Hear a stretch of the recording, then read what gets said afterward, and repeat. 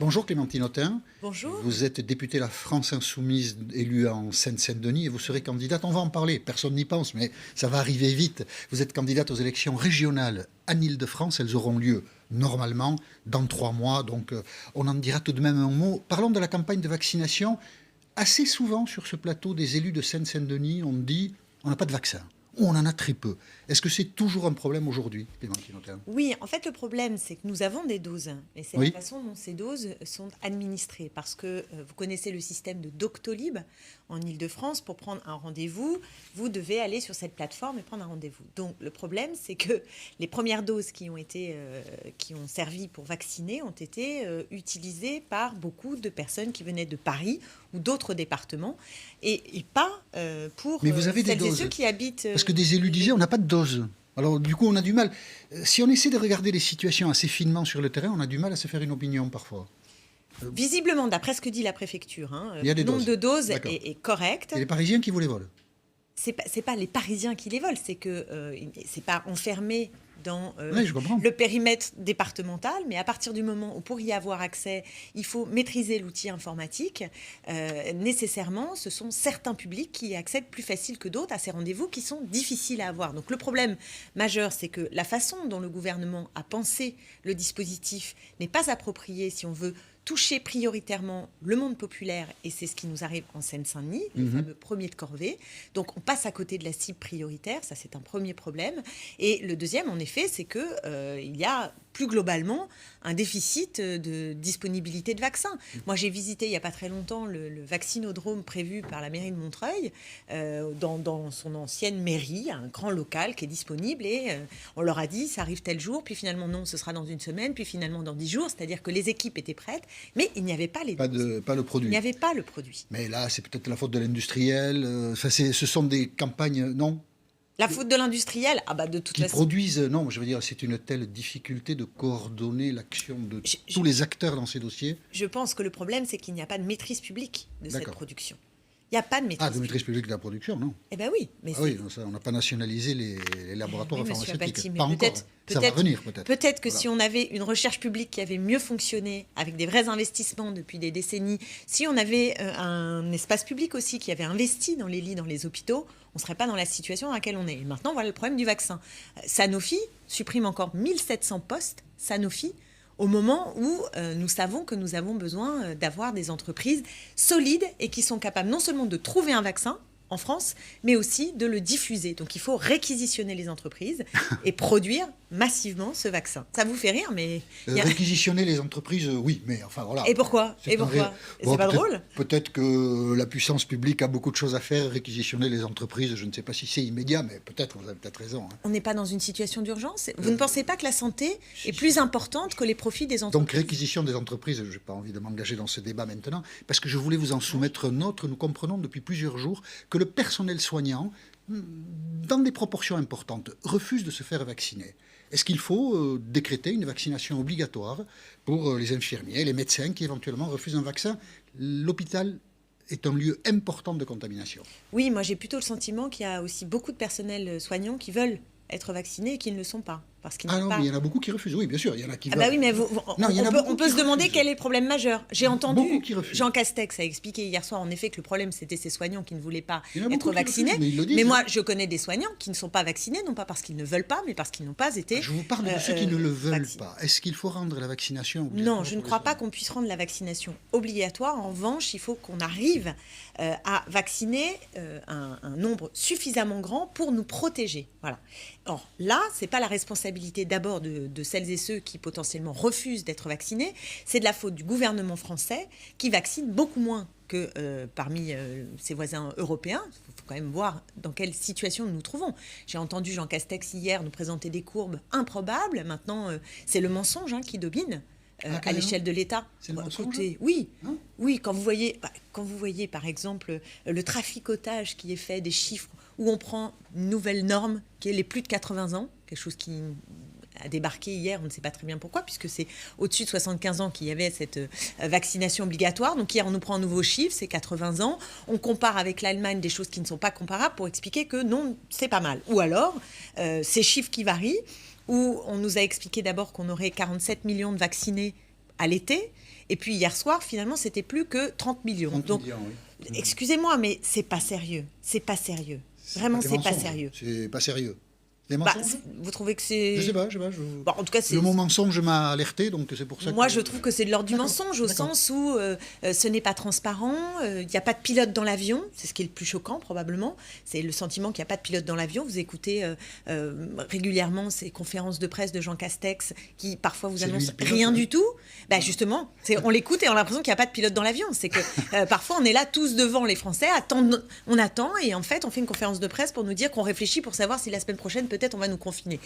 Donc c'est insupportable pour les Français, mais je crois que ça révèle aussi un déficit de responsabilité de ce gouvernement dans la crise. Pas de reconfinement, par exemple en Île-de-France, puisque vous en êtes élu, c'est une bonne décision d'après vous? Moi, je ne suis pas favorable, vous savez, au reconfinement. Alors, pour le coup, vu aussi de la Seine-Saint-Denis, Donc là, le ce sont des gouvernement- ravages qui sont terribles. D'accord. Absolument. Sur le plan psychologique, à terme aussi en termes de santé publique.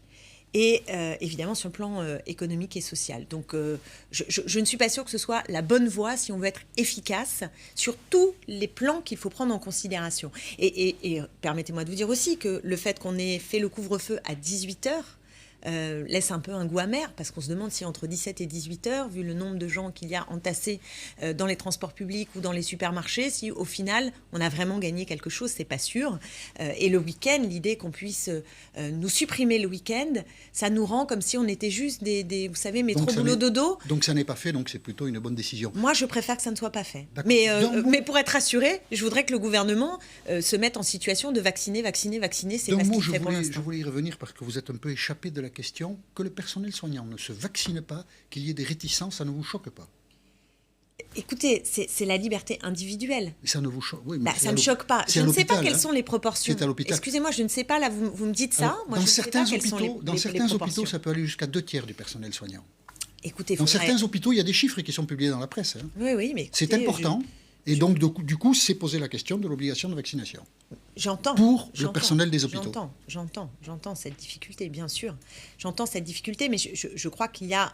Enfin, on peut regarder ce point-là et on peut aussi regarder toutes celles et ceux qui veulent être vaccinés et qui ne le peuvent pas parce qu'il n'y a pas de vaccin. Oui, d'accord. Je préfère qu'on on regarde ce qu'on préférez peut parler faire. de ça plutôt Voilà, qu'on que de essaie ça. de vacciner tous ceux qui le veulent. Déjà, qu'on commence par là, rendre obligatoire la vaccination. C'est un débat qu'on pourrait avoir d'ailleurs à l'Assemblée nationale, mais vous avez vu qu'à l'Assemblée nationale, on débat de beaucoup de choses, mais pas tellement de ce qui est le cœur de la crise que nous traversons, ce qui est assez grave. Et typiquement, ça, comme les enjeux de confinement, pour moi, ce sont des débats sérieux, compliqués, y compris difficiles, compliqués. Et il me semble que la représentation nationale s'honorerait à avoir ces débats-là qui permettraient aussi d'impliquer les citoyennes et les citoyens. Parce que si on en arrive, je ne sais pas pour les personnels soignants, c'est sans doute un peu particulier, mais dans la société, au fait que tant de personnes aujourd'hui soient inquiets par rapport au vaccin. C'est pas une bonne nouvelle. C'est pas Non, une bonne nouvelle, non. Jean-Michel Apathy. Mais, Ça veut dire qu'il y a une défiance. Si on apprend que les personnels soignants ne veulent pas se soigner, on comprend que les citoyens disent ben non. Enfin, je veux dire, Oui, et inversement, les personnels soignants sont aussi des peut-être que citoyennes et des l'hôpital a une citoyens. responsabilité particulière quand même. Oui, mais les personnels soignants sont aussi des citoyennes et des citoyens dans la société telle qu'elle est. Et la défiance à l'égard de la science et des institutions est un problème que le gouvernement doit affronter. Pourquoi il y a cette... Pourquoi d'ailleurs- Jean-Michel et Apathy? d'ailleurs, pour le S'il n'y avait pas eu le personnel scandale du Mediator, s'il n'y avait pas régulièrement des problèmes de ce type, Oui, mais à je ce pense que la moment-là, confiance serait plus grande. Oui, mais enfin, le personnel soignant est parfois obligé de se vacciner pour certains vaccins, donc ça n'est pas tout à fait étranger à ce monde-là. On parle des élections régionales? Vous Avec êtes plaisir. candidate pour le compte de la France insoumise aux élections régionales d'Île-de-France, en Île-de-France. Donc elles auront lieu normalement à la fin du mois de juin. Il y a aussi un candidat écologiste, aussi un candidat socialiste. La gauche est toujours divisée, ce qui n'est pas de bon augure pour l'élection qui suivra, c'est-à-dire l'élection présidentielle. Vous pouvez pas d'alliance possible. Hein, pour vous. Écoutez, moi j'ai pris acte. Europe Écologie Les Verts, partout en France, avait annoncé qu'il ferait des candidatures autonomes avec le pôle écologiste point à la ligne. Donc j'en ai pris acte. Et Audrey Pulvar, quand elle s'est lancée, a dit « Je veux le rassemblement de la gauche » et s'est adressée à toutes les forces, sauf la France insoumise. Ce qui est quand même une conception du rassemblement un Donc, peu particulier. toujours des Eh bien, moi, divisions. j'ai pris mes responsabilités Oui, bien sûr. et j'emmène une liste avec les Insoumis, les communistes et d'autres mouvements politiques et personnalités du mouvement social. Et ensemble, nous avons pris une décision, c'est de dire que si je suis en tête le soir du premier tour, personnellement, je mettrai toutes mes forces pour que nous ayons le rassemblement au second tour, ce qui permet d'ouvrir justement Si vous l'espoir êtes de pas en gagner tête. face à Valérie Pécresse. Si vous n'êtes pas en tête. Eh bien, je vous pose la question, je vous en prie, Vous invité. me Donc, posez la Julien, question, moi, j'ai pas pas à la vous. réponse. Non. Pas à vous, mais Ah, je vous d'accord. suggère de poser la question Ah. à Audrey Pulvar et Julien Non, Bayou, mais je vous la pose à que vous. j'interpelle à travers vous Vous pour dites si je savoir suis ce en qu'il tête, faut. mais si vous n'êtes pas en tête. Eh ben, c'est celui ou celle qui est en tête à ce moment-là de mettre toute son énergie à créer les conditions du rassemblement. Et pour l'instant, je le dis, je le répète, et j'aimerais qu'on me réponde sur ce sujet. Vous avez vu que Christiane Taubira va soutenir Audrey Pulvar? Oui, c'est logique, non? Je sais Il y a pas, de scoop ça intersidéral. vous embête pas un peu? Parce que, je sais pas, c'est une figure importante à gauche, Christiane Et Taubira. c'est une ministre du quinquennat Hollande. Qu'elle soutienne la candidate du Parti socialiste en Ile-de-France ne me paraît pas... me paraît assez naturel, si j'ose dire. Puisque vous êtes élu en Ile-de-France, on a parlé dans l'actualité récemment du phénomène des bandes. Oui. Beaucoup de bandes en Ile-de-France. 2 adolescents sont Eric. morts dans l'Essonne il y a une dizaine de jours. Je vous propose d'écouter Guillaume Roux, c'est un policier syndiqué SGP Police. Il a une réponse à cette violence qui monte dans la société. On va l'écouter. Que la réponse pénale est un souci de toute façon, parce qu'il y a ce sentiment, et on le voit aujourd'hui, et trop souvent dans de nombreux faits, il y a ce sentiment d'impunité. Quand vous interpellez 15-20 fois le même individu, ben, la crédibilité, elle en prend un coup, et effectivement, c'est l'autorité policière qui est derrière tout ça, en pâtit. C'est un débat que l'on n'évoque pas souvent. Quand on est C'est dommage. policier, 15, 20 fois quelqu'un l'interpellé et il est toujours libre de ses mouvements. Qu'est-ce qu'il faut faire? Bah, je ne sais pas exactement sur quel type de situation...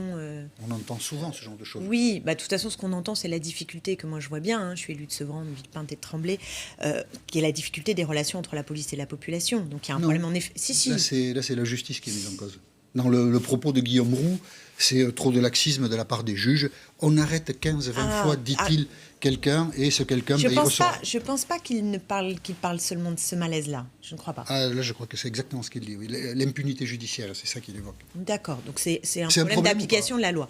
Écoutez, moi, c'est pas le problème que je pointe prioritairement, mais je veux bien entendre, ce témoignage et regarder après dans le détail. Moi, ce que j'observe, et c'est pour ça que je venais là-dessus, et pour moi, c'est pas sans lien avec ce qu'il dit, c'est la relation entre la police et la population, qui est maintenant dans un état de tension extrême, avec une défiance, là aussi, à l'égard de l'institution policière et judiciaire, et qu'au fond, on n'a pas la police qu'il nous faut en nombre suffisant, qualitativement et aussi en nombre, je me permets de le dire, parce que moi, ça fait des années que je me bats pour un commissariat de police de plein exercice à Sevran, et qu'à Sevran, en fait, nous avons moins de police que, par exemple, dans les Hauts-de-Seine, à Neuilly ou ailleurs. C'est quand même assez Sevran, c'est votre étrange. circonscription. Voilà, c'est quand même assez étrange. Mais une fois que j'ai dit que nous avons un problème de nombre, je crois que nous avons surtout un problème qualitatif, parce que a été supprimée la police de proximité.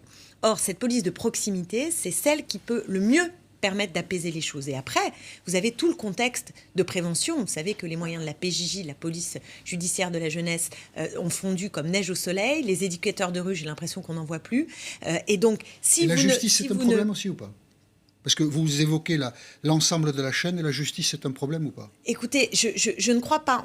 Je veux bien qu'on discute dans le détail, mais si vous voulez, j'ai pas le sentiment que le problème majeur soit le manque de répression. J'ai l'impression que le problème est en amont, c'est-à-dire pourquoi y a-t-il des jeunes de 14 ans, c'est-à-dire il y a toujours eu des bandes, avec des violences, des rixes de ce type. Mais sauf que là, ce qu'on observe, c'est que ce sont des très jeunes et avec un niveau de violence incroyable, parce que tuer d'un coup de couteau dans le ventre comme ça un gamin de 14 ans, puis 24 heures après encore un deuxième, je veux dire, c'est inouï. Ah, ben, Donc la le question monde qui nous est... décide. Moi, je veux bien qu'on se dise que le problème majeur, c'est que la justice n'est pas assez répressive. C'est ce que dit le policier. Eh bien, là où je ne partage pas, c'est D'accord. qu'on sait très bien que même si on met la peine de mort demain, c'est pas ça qui empêche des violences extrêmes de se produire. Donc il y a des enjeux importants, de psychiatrie, de repérage, des enjeux sociaux, et c'est cela qu'il faut regarder en priorité. Je voulais évoquer avec vous, pour terminer, cette une de Libération samedi dernier, qui a beaucoup fait causer, comme on dit. C'est une où l'on voit Emmanuel Macron face à Marine Le Pen, et des électeurs de gauche dans l'enquête de Libération qui disent qu'ils se débrouillent tous les deux. Moi, je ferai plus barrage à Marine Le Pen. Est-ce que c'est votre état d'esprit? En tout cas, je comprends. Hein. Je comprends et je le ressens. Est-ce que c'est votre état d'esprit? De pas Est-ce que faire vous barre. dites, si jamais on est confronté à ça, moi, je me dérange pas? Si vous voulez mon état d'esprit, c'est comment faire pour ne pas être confronté à ça. Oui, ça, je sais.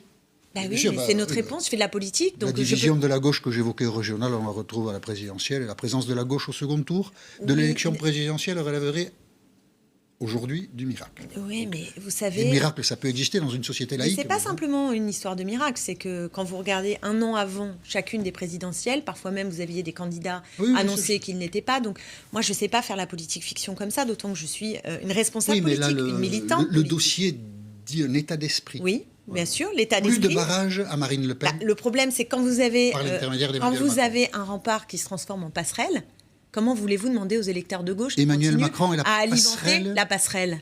Comment voulez-vous? Emmanuel Macron est la passerelle du Front National, Je pense du Rassemblement National. Oui, je pense que ces D'accord. derniers mois, le problème auquel nous sommes confrontés, c'est quand on voit le duel Darmanin-Marine Le Pen qui se transforme en duo, ou d'un seul coup, le ministre de l'Intérieur explique à Madame Le Pen qu'elle est trop molle sur les questions de sécurité et d'immigration, ou Marine Le Pen dit « j'aurais pu signer votre livre » et j'en passe chaque jour un peu plus, sans compter toutes les lois qui sont adoptées et qui sont dans l'agenda de l'extrême droite, Une passerelle. notamment la fameuse loi D'accord. dite séparatisme.